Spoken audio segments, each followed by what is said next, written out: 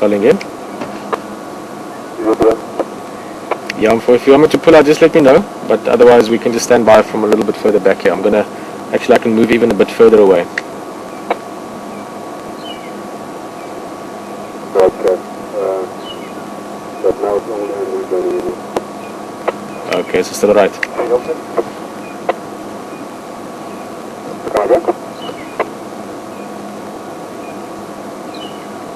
No, so as long as you're still happy, thanks, info. Look at those eyes. Very long whiskers as well. Various reasons for that. One is when they're walking around at night, they can actually feel in the way where they're moving through, where there's little branches and leaves and grass. And they also use it for when they catch something. Those whiskers can feel the heart rate of that animal through the skin, so they know when to let go once they've suffocated the prey.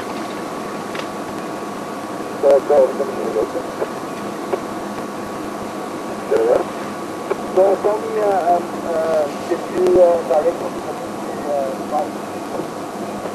yeah, no problem. You know Darwin Cutler? From Darwin Bedford Junction, Darwin Cutler, you must run to the front along Darwin Cutler.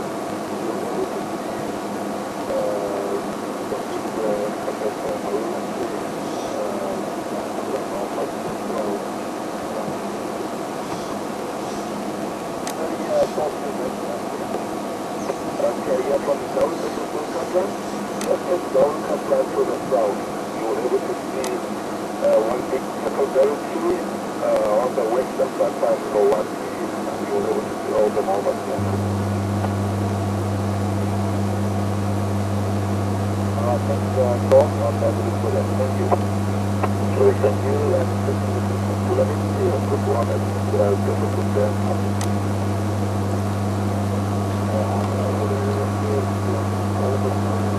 It looks like I have spotted something. You see, I just suddenly got a bit of a curious look in its eye. It's a little bit of a fallacy or a mythology or a popular story, I guess, that leopards hunt from trees. It's not a case of them sitting in trees waiting for something to walk underneath and then dropping onto it. I'm sure over time, just statistically, that has happened, but it really is not the way leopard hunt. Trees normally, the reason you see leopard up in trees, one of two reasons. One is like this, try and keep cool, keep up in the breeze a bit. And then secondly, when they've got their food up there, keep it away from other predators. But for hunting, they stalk and get close to their prey through the undergrowth.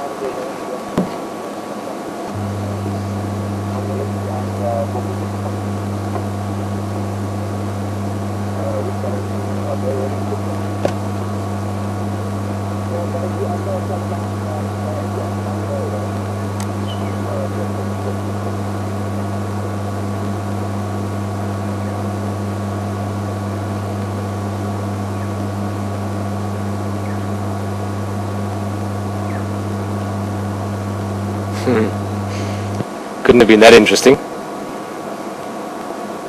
Maybe just something moving along there, or maybe something he wants to have a look at later. Just see, Alex, I don't know if you can see it, it might be just behind the tree, but the tail tip is just twitching every now and again. And there you can just see it behind the curve of the tree there. See that little bit of a lazy twitch twirl in the tail? That shows you that there's definitely a little bit of curiosity, interest. Maybe just something is moving down in the river around there that the leopard can spot.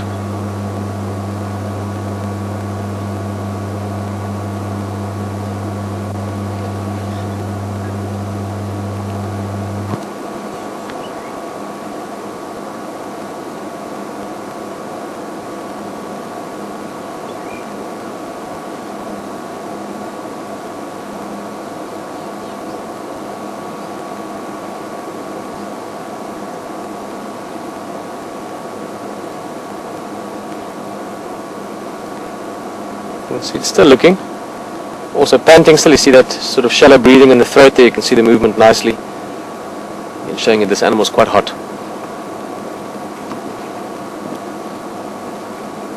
Luckily, both for the leopard and for us, it is starting to cool down just a little bit. The sun is getting behind some cloud there towards the Drakensberg Mountains. And we're also a little bit less than an hour away from sunset now. So we are going into that little bit cooler, what we call magic hour part of the day.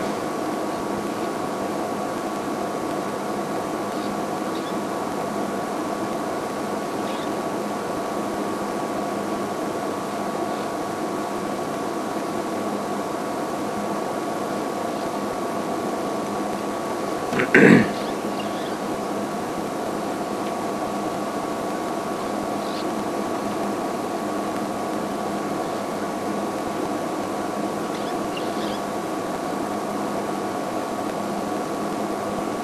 quite interested to see how this male develops over the next year or two.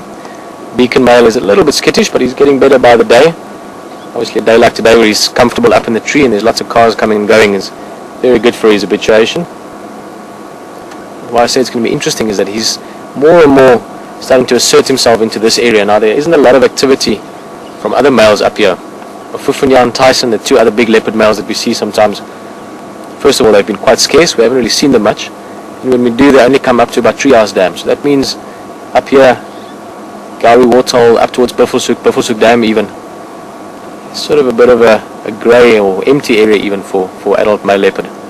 So it might be that this guy slowly just edges in here, which I quite enjoy. He's a beautiful looking leopard, beautiful colour.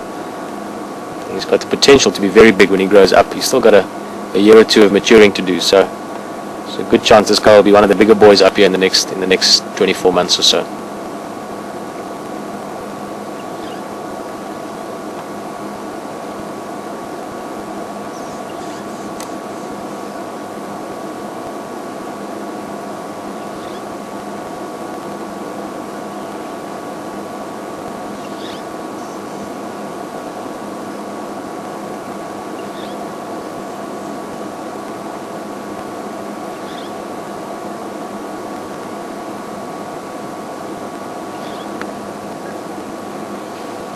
Such a classic position.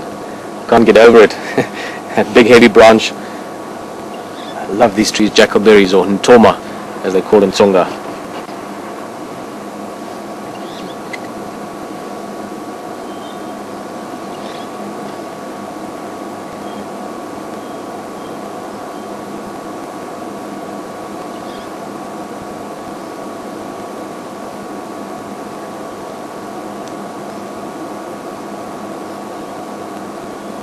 Pieter, how do you copy? Go for. Is that Jan? Yes, yeah.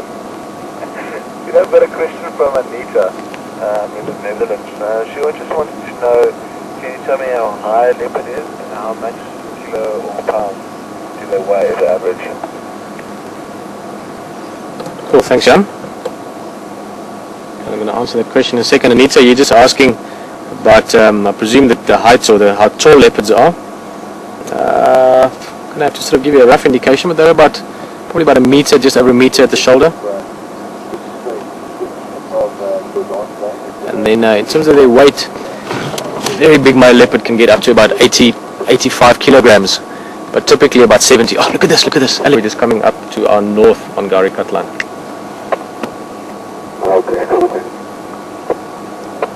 All stations, one in Kombi about 200 meters north of that big jackalberry.